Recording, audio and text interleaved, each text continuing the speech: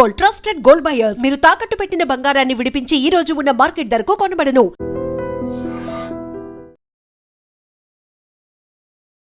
నమస్తే, welcome to I dream. నేను వలి. America అధ్యక్షుడు డొనాల్డ్ ట్రంప్ నిన్న చేసిన ప్రకటన ఒకసారి గుర్తు చేసుకుంటే, ఇరాన్ నాగరికతను పూర్తిగా తుడిచిపెట్టేస్తాం, సర్వనాశనం చేసేస్తాం, ఇంకా అక్కడ ఒకళ్ళు కూడా మిగలరు అని కామెంట్ చేశాడు.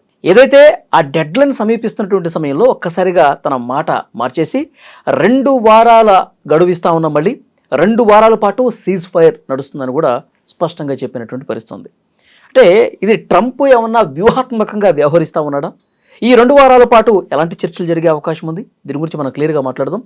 ప్రస్తుతం నాతో పాటు స్టూడియోలో ఉన్నారు రిటైర్డ్ ఆర్మీ మేజర్ శ్రీనివాస్ గారు. సార్తో మాట్లాడదాం. సార్ నమస్కారం. నమస్కారం అండి. శ్రీనివాస్ గారు, ట్రంప్ వ్యవహార శైలిని ఎట్లా చూస్తారు? ఈ 2 ప్రకటనలు ఎట్లా చూస్తారు? మొదటి నుంచి కూడా యుద్ధం ప్రారంభించినప్పటి నుంచి కూడా ట్రంప్ చెప్పినటువంటి ఏ స్టేట్మెంట్ కూడా పొంతం లేనటువంటి స్టేట్మెంట్గా మారిపోయింది. ప్రపంచ దేశాలకి ఇది ఒక ఇన్కన్సిస్టెంట్ స్టేట్మెంట్స్గా మారిపోయినాయండి. ఈయన ఇచ్చినటువంటి ఏదైనా సరే.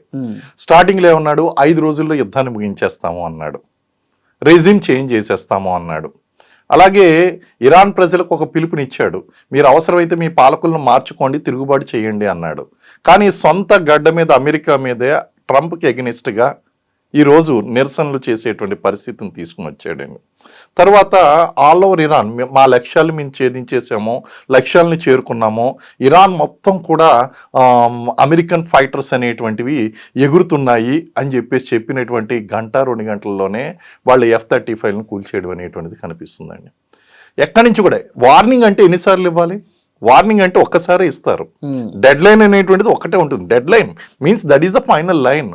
అంతే తప్ప డెడ్ లైన్స్, వార్నింగ్స్ ఎవరు పొడిగించుకుంటూ వెళ్ళరండి. అంటే ఒక తెలియనటువంటి, అంచనా వేయలేనటువంటి, ఒక రకంగా చెప్పాలంటే ఈ వర్డ్ ఉపయోగించడం కరెక్టేమో, మూర్ఖత్వంతో ముందుకు వెళ్ళాడు ట్రంప్. ఒక రకంగా చెప్పాలంటే మూర్ఖత్వమే.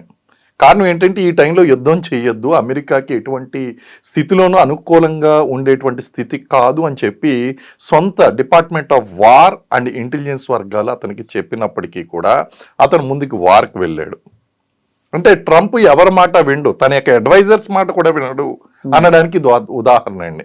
ఓకే.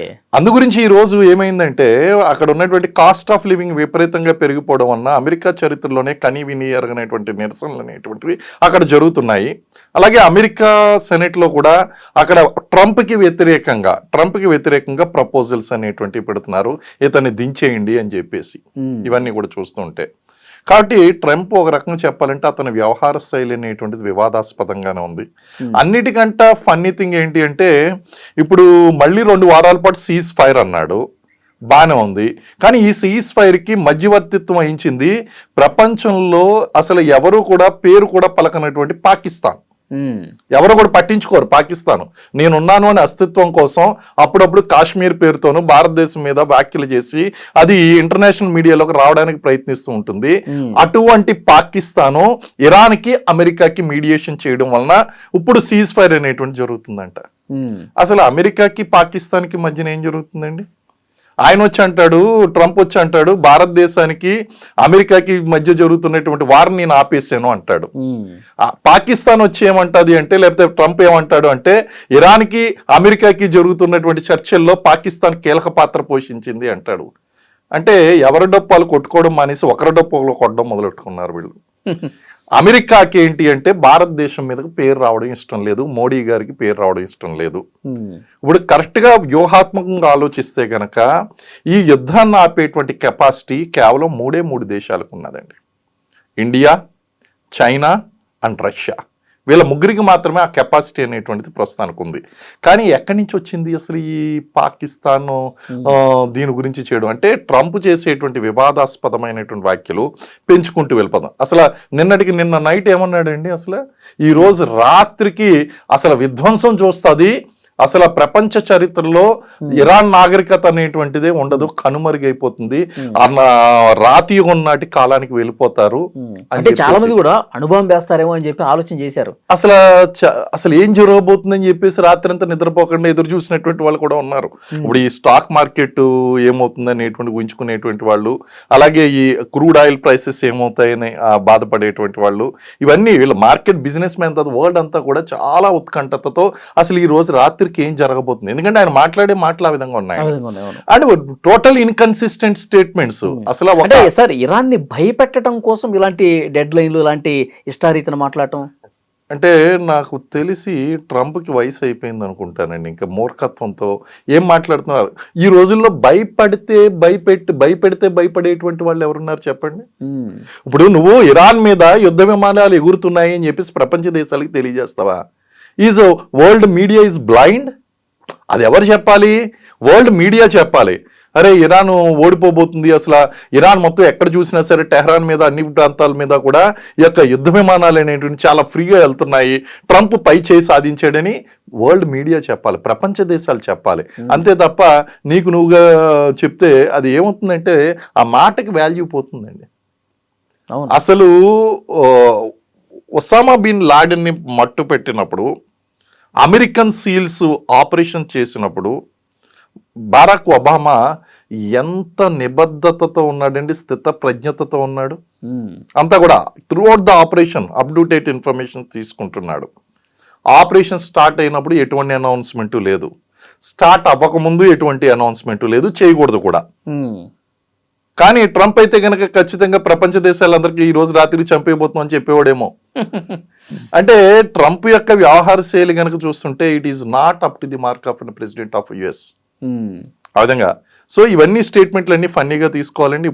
ఇప్పుడు కూడా మనం చెప్పలేమండి. ఇప్పుడు 2 వారాలు సీజ్ ఫైర్ అంటున్నాడు కదా, ఈ 2 వారాల సీజ్ ఫైర్ అనేటువంటిది దేని మీద ఆధారపడి ఉంటుందంటే there is a 10 pointer discussion is there. 10 points ఉన్నాయండి. ఆ 10 పాయింట్స్ కనుక నిబద్ధతతో వాళ్ళు విన్నట్లయితే, నిబద్ధతతో వాళ్ళు పాటించినట్లయితే అమెరికా ఉంటుంది తప్ప డౌట్ అండి 2 వారాల్లో ఏదో ఒక పిచ్చి పని చేయకమాండు ట్రంప్ మళ్ళీ. ఒకవేళ అదే కనుక చేసినట్లయితే ఖచ్చితంగా దెన్ ట్రంప్కి అది యుద్ధ వ్యూహంగా తీసుకోరు. భవిష్యత్తులో జరగబోయేటువంటి సీజ్ ఫైర్లకి, శాంతి ఒప్పందాలకి శాంక్టిటీ లేకుండా పోతుందండి. ఎవరిని నమ్మరు. అంతే. ఇప్పుడు ఏదైనా ఒక దేశం మీదకి నేను 2 వారాల వరకు నీ మీద నేను ఫైర్ చెయ్యను అని చెప్పి ఆ సీజ్ ఫైర్ ఉల్లంఘన చేసినట్లయితే రేపొద్దున భవిష్యత్తులో ఏదన్నా 2 దేశాల మధ్య ఇలాంటి శాంతి ఒప్పందాలు జరిగినప్పుడు, లేకపోతే సీజ్ ఫైర్, ఇప్పుడైనా సరే సీజ్ ఫైర్ అన్నది ఏంటండి, తాత్కాలికంగా కాల్పుల విరమణ, అంతేగాని యుద్ధ విరమణ కాదు. అవును, మళ్ళీ సిచ్యువేషన్ కూడా అదే ప్రకటన చేశాడు సార్. అవునండి. ఇప్పుడు మా ఫింగర్స్ అనేవి ట్రిగ్గర్ మీద అట్లాగే ఉన్నాయి. మీరు కనుక ఆక్రమణ చేస్తే, ఏమన్నా తోక జాడిస్తే కనుక వెంటనే మా బలం ఏంటో చూపిస్తాం, బలంగా తిప్పి కొడతామని కూడా కామెంట్ చేశాడు. అది ఉండాలి కూడా అండి. ఇప్పుడు సీజ్ ఫైర్ అన్నప్పుడు వెనక్కి యుద్ధ ప్రిపరేషన్స్ ఏదైతే ఉన్నాయో యుద్ధ రంగం నుంచి వెనక్కి వచ్చేయడం కాదు, ప్రిపరేషన్ అలాగే ఉంటుంది. వాళ్ళు అన్నట్టు చాలా పెర్ఫెక్ట్ గా చెప్పాడు ముస్తాబా కమేనీ చెప్పినటువంటిది చాలా పెర్ఫెక్ట్ విషయం. ఆ ట్రిగ్గర్ మీద మా ఫింగర్ అనేటువంటిది ఉంటుంది, అండ్ ఏ మాత్రం ఉల్లంఘన జరిగినా సరే ట్రిగ్గర్ నొక్కేస్తాం అనేటువంటిది ఇరువైపులా అలాగే ఉంటుంది. సీజ్ ఫైర్ ఈ 2 వారాలు ఏంటంటే డిస్కషన్స్ చేసుకుంటారు, మా ప్రతిపాదనలు వాళ్ళు ఎంతవరకు అంగీకరిస్తారు ఇవన్నీ. అవునండి. ఆ ప్రతిపాదనలో 10 పాయింటర్ ఏదైతే ఉందో ఆ 10 పాయింటర్ ప్రతిపాదన కూడా అంత ఈజీ అయినటువంటి విషయాలు కాదండి. ఇప్పుడు ఆ 10 పాయింటర్స్ కూడా, ఇప్పుడు 10 పాయింటర్స్ లో కనుక చూసుకున్నట్లయితే ఫస్ట్ పాయింట్ మనం డిస్కస్ చేయవలసినటువంటిది, ఫస్ట్ చూసినట్లయితే అందులో ఉన్నటువంటి ఫస్ట్ పాయింట్ ఏంటి అంటే ఆల్ యుఎస్ శాంక్షన్స్ రిమూవల్. అన్ని ఇప్పుడు యుఎస్ కొన్ని ఆర్థిక పరమైనటువంటి ఆంక్షలు విధించిందండి. ఆ ఆంక్షలన్నీ కూడా మీరు క్యాన్సిల్ చేసేయండి, రద్దు చేసేయండి అని అమెరికాను అడుగుతుందండి. ఓకే, ట్రంప్ దానికి అంగీకరించినట్లయితే ఎస్ శాంతి చర్చలు అనేటువంటి ముందుకెళ్తుంది. నెంబర్ 1 పాయింట్ అండి. అయితే ఇది ఇరాన్కి చాలా ముఖ్యమైనటువంటి డిమాండ్ అండి. ఎందుకంటే యుద్ధానికి ముందు కూడా శాంక్షన్స్ అనేటువంటి చాలా విధించారు, అందు గురించి వీళ్ళు కోపంగా ఉన్నారు అమెరికా మీద. సో ఈ శాంక్షన్స్ అనేటువంటి ఎందుకు అంత శాంక్షన్స్ విధించవలసి ఉందంటే one of the major oil production అనేటువంటిది ఇరాన్ చేస్తుంది. ఇరాన్ ఎప్పుడైతే ఆయిల్ ప్రొడక్షన్ చేస్తుందో ఆయిల్ ప్రొడక్షన్ చేస్తున్నటువంటి కంట్రీస్ అన్ని కూడా ట్రంప్ గ్రిప్ లో పెట్టుకోవాలని చెప్పేసి చూశాడు. ఆ ట్రంప్ గ్రిప్ లో పెట్టుకోవాలని చూశాడు కాబట్టి వీళ్ళ మీద కూడా శాంక్షన్స్ విధించాడు. కాబట్టి ఇది one of the cause and వార్కి. ఓకే. సో ఇప్పుడు ఏమంటుంది ఇరాను, మా మీద ఉన్నటువంటి అమెరికా విధించినటువంటి ఆర్థిక ఆంక్షలు ఏదైతే ఉన్నాయో వాటిని ఎత్తేయాలనేటువంటి ప్రధానమైనటువంటి డిమాండ్. నెంబర్ 1. నెంబర్ 2 డిమాండ్ దగ్గరకు వచ్చేసరికి రైట్ టు న్యూక్లియర్ ఎన్రిచ్మెంట్. అసలు నేను న్యూక్లియర్ వెపన్స్ అనేటువంటివి నేను తెచ్చుకుంటే నీకేంటి ప్రాబ్లం, నేను తెచ్చుకుంటా. ఓకే, అంటే ఇప్పుడు డైరెక్ట్ గా ఎన్ని దేశాల దగ్గర లేవు న్యూక్లియర్? ఎన్ని దేశాల దగ్గర లేవు. నేను న్యూక్లియర్ పరమైనటువంటి ఏ విధమైనటువంటి ప్రొక్యూర్మెంట్ చేసినా సరే నీకు ఇబ్బంది అని చెప్పేసి అంటున్నావు. మరి యుఎస్ దీన్ని చాలా స్ట్రాంగ్ గా వ్యతిరేకించింది. One of the main reason for attacking also. అంతేగా, one of the main reason. ఎందుకంటే ఇక్కడ అణు కార్యక్రమాల పేరుతో అణువాయుధాలని తయారు చేస్తుంది అనేటువంటి పిక్చర్ వరల్డ్కి ఇచ్చాడు. వరల్డ్కి ఇచ్చి ఇరాన్ని ఒక విలన్ని చేశాడు. మరి ఆ మాటకు వస్తే మరి పాకిస్తాన్ దగ్గర ఈరోజు నెగోషియేషన్ చేసినటువంటి పాకిస్తాన్ దగ్గర ఎన్ని అణువాయుధాలు లేవు. అణువాయుధాలు లేకపోవడం కదా, డైరెక్ట్ గా థ్రెట్ చేస్తుంది కదా, మేము అణుయుద్ధం చేస్తాము, అణువాయుధాలు ప్రయోగిస్తామని చెప్పేసి అంటే మరి మనం కిరాణా హిల్స్ లో ఉన్నటువంటి ఆ యొక్క అణు నిల్వలు ఏదైతే ఉన్నాయో అవి రాకుండా మనం ఎంట్రీ ఎగ్జిట్ పాయింట్స్ ని కొట్టి పడేసామండి అప్పుడు కిరాణా హిల్స్ లో ఉన్నటువంటి ఆపరేషన్ సింధూర్ టైంలో. సో ఓపెన్ గా చెప్తున్నటువంటి టెర్రరిస్ట్ కంట్రీ పాకిస్తాన్ వదిలిపెట్టేసి నువ్వు ఇరాన్ గురించి నువ్వు మాట్లాడితే yes there is a problem. Iran యొక్క ఆలోచనలో కూడా కొన్ని తీవ్రమైనటువంటి ఆలోచనలు ఉన్నాయి. అలాగే అందులో ఫినటిజం అనేటువంటిది కూడా కనిపిస్తూ ఉంటుంది. అలాగే కొంచెం మతపరమైనటువంటి ఉన్మాదంతో ఉన్నటువంటి కంట్రీస్ చేతిలో అణువాయుధాలు ఉండడం అనేటువంటిది ఒక రకంగా డేంజరస్ కాదని అన్నాం. కానీ there is a ways and means to do it. Particular గా ఇరాన్ మీద నువ్వు ఫోకస్ చేసినప్పుడు నువ్వు వరల్డ్ కంట్రీస్ అందరి మీద చెయ్యి, లేదా 1 by 1 మేము చేసుకుంటారా? ఓ పక్క నుంచేమో పాకిస్తాన్కి నువ్వు ఫ్రీ హ్యాండ్ ఇచ్చి మరో పక్కన ఇరాన్కి ఫ్రీ హ్యాండ్ ఇవ్వకుండా, అంటే ఇప్పుడు వీళ్ళకి ఇచ్చినంత మాత్రం వారికి ఇక్కడ ఇవ్వడము తప్పే, అక్కడ ఇవ్వడము తప్పే, రెండు కూడా. ఇప్పుడు ఏమంటుందంటే రైట్ టు న్యూక్లియర్ ఎన్రిచ్మెంట్, మేము న్యూక్లియర్ ప్రోగ్రామ్స్ కంటిన్యూ చేసుకుంటామో మీరు మాకు అడ్డుపడడానికి వీల్లేదు. Second condition. అసలు ఇంత యుద్ధం జరిగింది దీని గురించి, దీనికి యాక్సెప్ట్ చేస్తుందా? దీనికి యాక్సెప్ట్ చేయి. ఇప్పుడు ప్రెషర్ లో ఉందండి. టు బి వెరీ ఫ్రాంక్ ఏంటి అంటే ఇప్పుడు వారంగా చెప్పి కార్నర్ లో పెట్టి ఇరాన్ నొక్కేసింది. ప్రపంచ దేశాల ముందర అమెరికా పరువు పోయింది ఆల్రెడీ. ఇప్పుడు ప్రత్యేకించి పోవాల్సినటువంటి అవసరం లేదు. సొంత గడ్డలో ట్రంప్ యొక్క పరువే పోయింది. అండ్ ఇప్పుడు మేజర్ లాస్ అనేటువంటిది ఇరాన్ కాదు, ఇరాన్ కంటే ఎక్కువ లాసు అమెరికాకి. ఆయుధ వ్యాపారం చేస్తుంది. ఆయుధ వ్యాపారం చేస్తున్నప్పుడు F-35 విమానాలు ఏదైతే ఉన్నాయో ఆ విమానాలు అనేటువంటివి చాలా స్ట్రాంగ్ అని చెప్పేసి వాళ్ళు చెప్పుకున్నారు. మరి అంత స్ట్రాంగ్ స్టెల్త్ విమానాలని ఇరాన్ కొట్టేసింది అంటే ఆ విమానాలు ఎందుకు పనికిరావనే కదండి దాని ఉద్దేశం. రేపొద్దున ఆయుధ వ్యాపారంలో కూడా అమెరికా వెపన్స్ కూడా ఎందుకు పనికిరావు, అమెరికన్ ఎయిర్ క్రాఫ్ట్స్ కూడా ఎందుకు పనికిరావు అనేటువంటి సిగ్నల్ అక్కడ. అంతకుముందు మనం F-16s కొట్టాం, అమెరికా ఇచ్చిందే. F-16 మనం పడగొట్టామండి. ఆపరేషన్ బాలాకోట్ సందర్భంలో జరిగినటువంటి ఆపరేషన్స్ లో F-16 కొట్టాం మనం. సో ఆ విధంగా కనుక చూస్తే అప్పుడు అమెరికన్ వెపన్స్ వేస్ట్ అయినాయి నిరాధారమని. ఇప్పుడు ఇరాన్ లో జరిగినటువంటి యుద్ధంలోనూ కూడా ఎయిర్ క్రాఫ్ట్స్ అనేటువంటి కూలిపోతున్నాయి. రకంగా ఎవరు పరుగుపోయిందండి? అమెరికాదే. డైరెక్ట్ గా నేను కొడతాను అని బెదిరించాలి తప్ప వీళ్ళు కొట్టకూడదు. కొడితే వాడు కొట్టేస్తాడు. ఇప్పుడు బలవంతుడు బలహీనుడు ఉన్నాడండి. బలవంతుడు చేతిలో బలహీనుడు దెబ్బతింటే క్వైట్ ఆపోజిట్ గా ఆ మాత్రం కొట్టలేండి బలవంతుడు అంటారు. అదే బలహీనుడు బలవంతుడిని కొడితే మొత్తం ఇదే ఇరాన్ అమెరికాను కొట్టింది. ఇప్పుడు కొట్టినంటే ప్రపంచ దేశాల ముందర పరుగు పోయింది. ఇప్పుడు ఎవరికి ఎక్కువ ఇంపార్టెన్స్ వచ్చిందంటే ఇరాన్కి ఎక్కువ ఇంపార్టెన్స్ వచ్చేసిందండి. So second one. Third one ఏంటి అంటే యుఎస్ నాన్ అగ్రెషన్ గ్యారంటీ అనేటువంటిది ఇవ్వాలి. అంటే ఏంటి, ఇక భవిష్యత్తులో ఇరాన్ మీద దాడి చెయ్యము అనేటువంటి ఒక గ్యారంటీ ఇవ్వాలి. అమెరికాకి ఇది రుచించదు. ఎందుకంటే అమెరికన్ పాలసీ ఏంటంటే ఎక్కడైతే ప్రపంచంలో ఆయిల్ నిల్వలు ఎక్కువగా ఉన్నాయో అక్కడ ఉన్నటువంటి ప్రభుత్వాన్ని గ్రిప్లో కన్నా తెచ్చుకోవాలి, లేకపోతే వాళ్ళ మీద ప్రెషర్ అన్నా చేయాలి, లేకపోతే అర్ధరాత్రి వెళ్ళి భార్యతో సహా కిడ్నాప్ అన్నా చేసేయాలి, లేకపోతే ఏదో ఒకటి చేయాలండి. అమెరికా చేసేటువంటి పనులు ఇయ్యే. మరి దీనికి ఒప్పుకోవాలండి మూడో కండిషను. నాలుగోది విత్డ్రాల్ ఆఫ్ యుఎస్ ఫోర్సెస్. ఇప్పుడు యుఎస్ ఫోర్సెస్ అనేటువంటివి ఇక్కడ మిడిల్ ఈస్ట్ లో ఉన్నాయండి. అంటే not only in Iran, Gulf countries లో ఉన్నాయి. గల్ఫ్ కంట్రీస్ లో ఉన్నాయండి, మిడిల్ ఈస్ట్ లోని. అసలు నీకు అక్కడ యుఎస్ ఫోర్సెస్ ని పెట్టవలసినటువంటి అవసరం వచ్చింది. ఇప్పుడు అక్కడ ఉన్న ఎయిర్ బేస్లు మొత్తం తీసేయమని చెప్తున్నారు. ఎయిర్ బేస్లు తీసేయాలి. అండ్ ముఖ్యంగా బహ్రెయిన్ లో 5th ఫ్లీట్ ఉందండి. That is the main head quarters.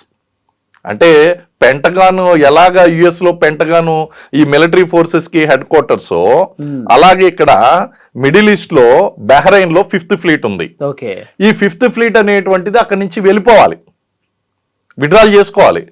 ఇక్కడ ఏం చేస్తున్నారంటే వీళ్ళు దాదాపు ఒక 22 మిడిల్ ఈస్ట్ లో ఒక 22 కంట్రీస్, నా చుట్టుపక్కల ఉన్నటువంటి మొత్తం middle east plus surrounding countries లో 22 కంట్రీస్ కంట్రోల్ చేస్తుంది ఇది బహ్రెయిన్ 5th ఫ్లీట్. అలాగే ఎయిర్ బేసెస్ ఉన్నాయి, ఎయిర్ ఫోర్సెస్ మూవ్మెంట్స్ ఉన్నాయి మిడిల్ ఈస్ట్ నిండా, కువైట్, యుఏఈ వీళ్ళన్ని చోట్ల కూడా. సో ఇవన్నీ కూడా విడ్రా చేసేయాలి. అసలు నువ్వు అక్కడ ఎందుకు పెట్టాలి? అక్కడ ఉంటే అది భవిష్యత్తులో కూడా ఇరాన్కి థ్రెట్ అది. అంతేగా, ఎందుకంటే అక్కడ ఉండి ఇంటెలిజెన్స్ ఇన్ఫర్మేషన్ అంతా గ్యాదర్ చేస్తుంది, మొత్తం మిలిటరీ ఇన్పుట్స్ అంతా కోఆర్డినేట్ అవుతుంది అక్కడ నుంచి, మొత్తం అంతా కూడా అక్కడ ఫోర్సెస్ అనేటువంటి బయటికి వెళ్ళిపోవాలండి. దట్ ఈస్ వెరీ ఇంపార్టెంట్ అండి. Next control of Hormuz straight. ఇక్కడ హార్ముజ్ జలసంధి ఏదైతే ఉందో ఆ హార్ముజ్ జలసంధికి నియంత్రణ అనేటువంటిది పూర్తిగా ఇరాన్కి ఇచ్చేసేయాలి, దాన్ని ఒప్పుకోవాలి. ఇప్పుడు ఆల్రెడీ ఇప్పుడు బలవంతంగా తీసుకుంది కాబట్టి దాని మీద కంట్రోల్ వాళ్ళకి ఇచ్చేసేయాలండి. ఇరాన్ చేతిలోనే ఉంటది. కారణం ఏంటంటే నువ్వు విపరీతమైనటువంటి నష్టాన్ని క్రియేట్ చేసావు యుద్ధం ద్వారా. ఇప్పుడు నష్టాన్ని భర్తీ చేసుకోవాలంటే నువ్వు ఆ నష్టం అన్నా, యుద్ధంలో కోల్పోయినట్టు నష్టం అన్నా నువ్వు ఇవ్వాలి. అమెరికా చరిత్రలో ఎక్కడైనా ఉన్నదండి ఏ దేశానికన్నా సరే యుద్ధంలో కోల్పోయినటువంటి నష్టాన్ని ఇవ్వడం అనేటువంటిది చరిత్రలో లేదు, అది జరగదు. కాబట్టి వీళ్ళు ఏమంటున్నారంటే మేము పని చేసుకుంటాం, ఇక్కడ టోల్ గేట్ పెట్టుకుంటాం హ్యాపీగా, హార్ముజ్ జలసంధి దగ్గర మేము టోల్ ట్యాక్స్ వసూలు చేసుకుంటాం. ఇక్కడికి దాటేటువంటి ప్రతి వాడా కూడా, అంటే ఏంటి, అమెరికా ఇజ్రాయెల్ చేసినటువంటి తప్పులకి ప్రపంచం ట్యాక్స్ భరించాలి, ట్యాక్స్ కట్టాల్సిందే.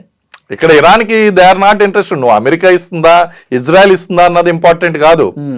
మాకు నష్టం ఏదైతే జరిగిందో ఆ నష్టం, ఇప్పుడు ప్రపంచ దేశాలన్నీ కూడా కంపెన్సేషన్ అడుగుతాయి. మరి అమెరికాను అడిగితే, బాబు నువ్వు చేసినటువంటి పిచ్చి పని వల్ల ఈ రోజు అక్కడ టోల్ ట్యాక్స్ పడుతుంది, మరి ఏంటి మాకు టారిఫ్స్ తగ్గిస్తావా, లేకపోతే నీ యొక్క ఆంక్షలు తీసేస్తావా, లేకపోతే మాకు వచ్చేటువంటి ట్యాక్సులు, మా మీద విధిస్తున్నటువంటి ట్యాక్సులు వీటిని అన్ని పూర్తిగా తగ్గించి మాకు ఏదో ఒక విధంగా కంపెన్సేట్ చేయి అని అక్కడ మళ్ళీ ప్రెషర్ చేస్తారు. అన్ని రకాలుగా అమెరికాకి నష్టం, అమెరికాగానే ఇంతకుముందు సార్ అది అంతర్జాతీయ జలసంధి కాబట్టి ఫ్రీ మూవ్మెంట్ ఉండేది, ఫ్రీ మూవ్మెంట్, రూపాయి కూడా కట్టకుండా వచ్చేవాళ్ళు. ఇప్పుడు డైరెక్ట్ గా ఏమంటున్నారంటే 10 పాయింట్లలో మేము ట్యాక్స్ వసూలు చేసుకుంటాం, మీరు మాట్లాడడానికి వీల్లేదు. ఇది చాలా పెద్ద కాంట్రవర్సీ అండి, ఇది ఎంటైర్ వరల్డ్ కాంట్రవర్సీ అండి. ఇది నాట్ ఓన్లీ అమెరికా డిసైడ్ చేయడం కదండి, రేపు ఇది రష్యా వాడలు వెళ్ళినా, ఇండియా వాడలు వెళ్ళినా, ఎవరు వెళ్ళినా ఆఫ్ కోర్స్ మనకు ఉన్నటువంటి దౌత్య పరమైనటువంటి ఒప్పందాలు మనకు ఉంటాయి. ఓకే, మనకి ఎటువంటి ట్యాక్స్ లేకుండా విడుదల చేస్తే అది గొప్ప అండి మనకి.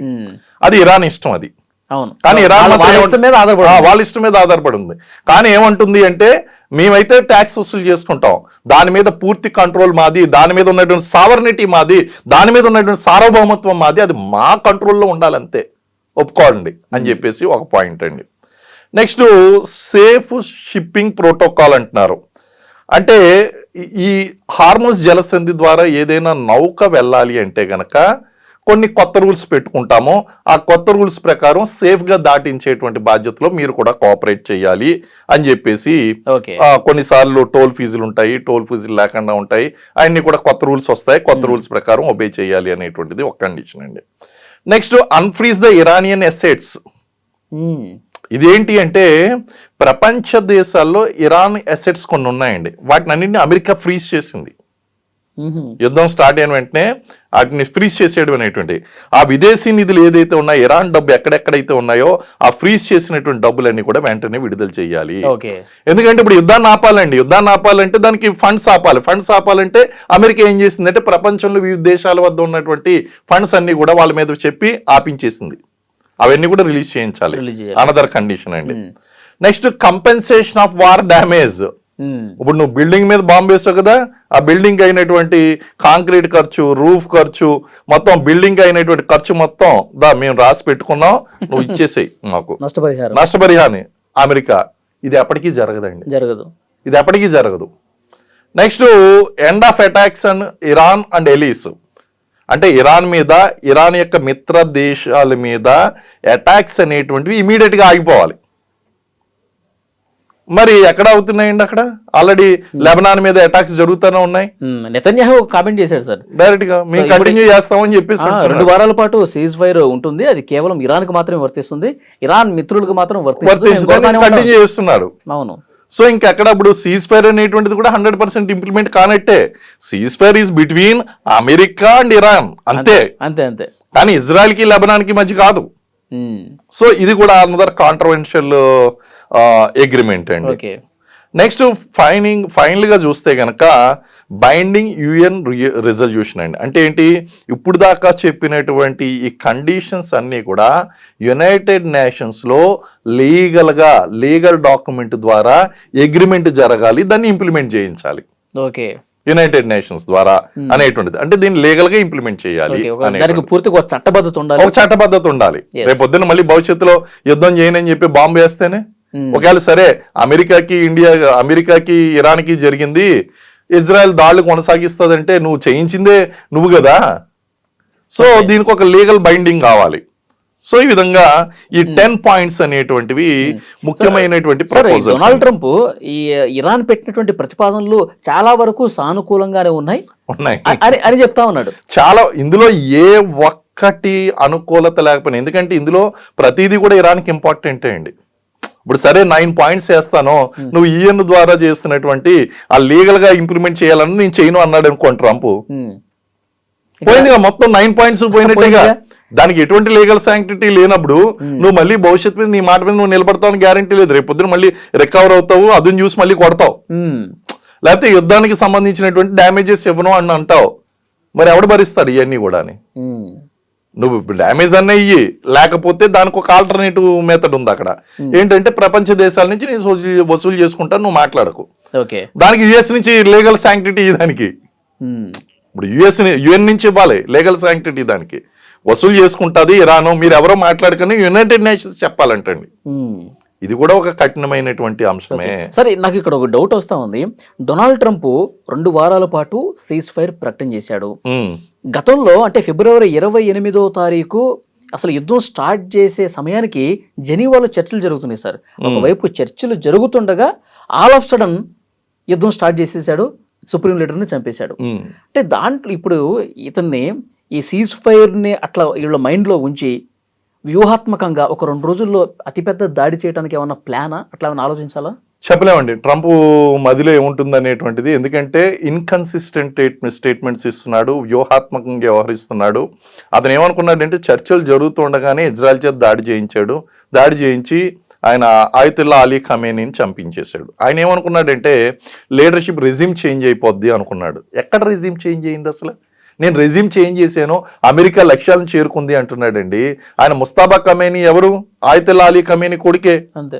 ఆయన డైరెక్ట్గా ఇప్పుడు సమరసింహారెడ్డి సినిమాలోనో లేకపోతే ఇంద్రా సినిమాలోనో చూపించిన రాయలసీమ ఫ్యాక్షనిజం లాగా నా తండ్రిని చంపినటువంటి పగ నేను చల్లార్చుకోవాలి అని చెప్పేసి ఆయన ఎదురు చూస్తున్నాడండి. అది అలాగే ఉంది. మరి ఒక రకంగా చెప్పాలంటే నేను డైరెక్ట్గా ట్రంప్ని చంపుతాను అంటున్నాడు. ఆయన ట్రంప్ని చంపాలంటున్నాడు డైరెక్ట్గా, అమెరికా కాదు ట్రంప్నే చంపాలి. సో ఆ విధంగా కనుక చూస్తే గతంలో కూడా ట్రంప్ అనేటువంటిది అక్కడ చర్చలు జరుగుతుండగానే ఇక్కడ చర్చలు అనేటువంటి ఓ పక్కన ఇంకా ఎటువంటి ప్రతికూలమైనటువంటి కంక్లూజన్కి అనుకూలమైనటువంటి కంక్లూజన్కి రాకుండానే అటాక్ చేశాడు. ఇప్పుడు కూడా సీజ్ ఫైర్ మధ్యలో ట్రంప్ ఆ విధంగా ప్రవర్తించినా సరే ఏమి ఆశ్చర్యపోవాల్సినటువంటి అవసరం లేదండి. గతంలో అతనికి ఏంటంటే ఒక్క ఆయతుల్లా అలీ ఖమేనీని చంపేసి ముఖ్యమైనటువంటి లీడర్ని చంపేస్తే మొత్తం కంట్రోల్లో గ్రిప్లోకి వచ్చేస్తుంది, దిక్కుతోచినటువంటి నాయకుడు లేనటువంటి సేనలు చెల్లా చెదురైపోతాయి, ఇలాంటివన్నీ. వాళ్ళు ఏంటంటే లోకల్ రిజమ్స్ గా వాళ్ళు ఏం చేశారంటే స్థానికంగా డివైడ్ అయిపోయారండి, గ్రూప్స్ గా డివైడ్ అయిపోయి అటాక్స్ చేస్తున్నారు వాళ్ళు. కాబట్టి వాళ్ళు ప్లాన్ ఏ పోతే ప్లాన్ బి, ప్లాన్ పోతే ప్లాన్ సి అనేటువంటిది ప్లాన్స్ అన్ని కూడా next down the line leadership అనేటువంటి డిసైడ్ చేసుకుని ఉన్నారు వాళ్ళు. వాళ్ళు 20 years బట్టి ప్రిపరేషన్ చేస్తున్నారండి. అయితే వాళ్ళని అంచనా వేయడంలో ట్రంప్ ఘోరమైనటువంటి తప్పిదం చేశాడు. అతనికి ఏంటంటే ముస్తాబా అలీ ఖమేనీని ఎలిమినేట్ చేయాలి, చేసేసాడు. తర్వాత కాన్సిక్వెన్సెస్ ఏంటి అనేటువంటి ఆలోచించేంత ఎవరి మాట వినలేదు, ఆయన ఆలోచించలేదు. Wrong decision. అందుకే 5 రోజుల్లో ఫినిష్ చేస్తాం ఫస్ట్ రోజునే చంపేశాడు ఆయతుల్లా అలీ ఖమేనీని. మిగిలిన 4 రోజులు వీళ్ళు దారికి వచ్చేస్తారు అనుకున్నాడు. ఎందుకంటే పావుని నెత్తి మీద కొట్టాను అనుకున్నాడు కానీ తోక మీద కొట్టాడండి, తాచు పావుని తోక మీద కొట్టేసరికి అది పైకి లేచింది. ఆ రిటాలియేషన్ ని ఎలా తట్టుకోవాలో కూడా అర్థం కాలేదు. ఒకటండి, మొసలి బలమైనదా కాదా అనేటువంటిది మీకు ఎక్కడ తెలుస్తుంది? వాటర్లో తెలుస్తుంది. మొసలి వాటర్లో ఉన్నంత వరకు అది బలమైందే. అది నేల మీదకి వచ్చినప్పుడు కదా అది బలహీనమైనటువంటిది. కాబట్టి అది నువ్వు నీళ్ళలోకి వెళ్ళి నీ మొసలితో ఫైట్ చేస్తానంటే ఎట్లాగా? అమెరికా వ్యవహారం కూడా అలాగే ఉంది. నేను ఇరాన్ గడ్డ మీదకి వెళ్ళి నేను ఇరాన్తో ఫైట్ చేస్తాను, అది నీటిలో ఉంది. మొసలి నీటిలో ఉన్నప్పుడు అది బలమైనటువంటిదే. లేదా నేను ఏనుగుని నేను క్రష్ చేసేస్తాను అంటే ఎలా ఇబ్బంది పెట్టాలో ఏనుగునైనా సరే మొసలి నీటిలో ఇబ్బంది పెట్టగలదు. అవును. సో మొసలి దాని యొక్క బలమైనటువంటి స్థానంలో నువ్వు కొట్టాలి అంటే నీకు చాలా బలాలు కావాలి, చాలా క్యాలిక్యులేషన్ కావాలి, చాలా ఫోర్సెస్ కావాలి. అవి ఏం అంచనా వేసుకోకుండా నీకు జస్ట్ ఒక బిజినెస్ మ్యాన్లా ఆలోచించి జస్ట్ వన్ సైడెడ్గా ఆలోచించి వార్ స్టార్ట్ చేసాడు. అవును. అడ్వైజర్స్ మాట వినాలి కదండి. వెనకాల అడ్వైజర్స్ చెప్తానే ఉన్నారు, ఈ టైంలో అమెరికాకి తీవ్రమైనటువంటి నష్టం జరుగుతుంది, ఓడిపోక తప్పదు అని చెప్పారు. క్లియర్గా చెప్పేశారు, అమెరికా ఓడిపోతుంది అని చెప్పారు. మరి ఇప్పుడు జరిగింది ఏంటి? ఓడిపోయిందా నెగ్గిందా? ఓడిపోయానని ఆయన భావించాడు కాబట్టి మొన్న బండబూతులు ఇచ్చాడు సార్ ఇరాన్ని. ఎంత ఉపయోగించకున్నటువంటి వర్డ్స్ అన్ని కూడా ఉపయోగించి మాట్లాడాడు. ఫ్రస్ట్రేషన్. ఎంత చెప్పినా వీళ్ళు వినట్లేదు. ఓడిపోయాడండి. సింపుల్ గా చెప్పాలంటే నేను నా విమానాలు ఎగురుతున్నాయని చెప్పినా సరే, మా లక్ష్యాలు ఛేదించాయని చెప్పినా సరే, ఈయన డిగ్నిఫైడ్ ఎగ్జిట్ కోసం ప్రయత్నిస్తున్నాడు. ఆ డిగ్నిఫైడ్ ఎగ్జిట్ కోసం ఆఖరికి పాకిస్తాన్ లాంటి దేశాల పేరును ఉపయోగించుకోవాల్సి వచ్చిందంటే అసిం మునీర్ యొక్క పేరుని, లేకపోతే పాకిస్తాన్ షరీఫ్ వీళ్ళ పేర్లను ఉపయోగించుకోవాల్సి వచ్చిందంటే అమెరికా స్థాయి ఏ స్థాయికి జారిపోయిందో మీరు చూడండి. మీరు చెప్పండి, రష్యా మాకు మీడియేటింగ్ చేస్తుందనండి, పోనీ చిరకాల శత్రువు పక్కన పెట్టేయండి. చైనా మీడియేటింగ్ చేస్తుందని చెప్పండి, చిరకాల శత్రువు పక్కన పెట్టేయండి.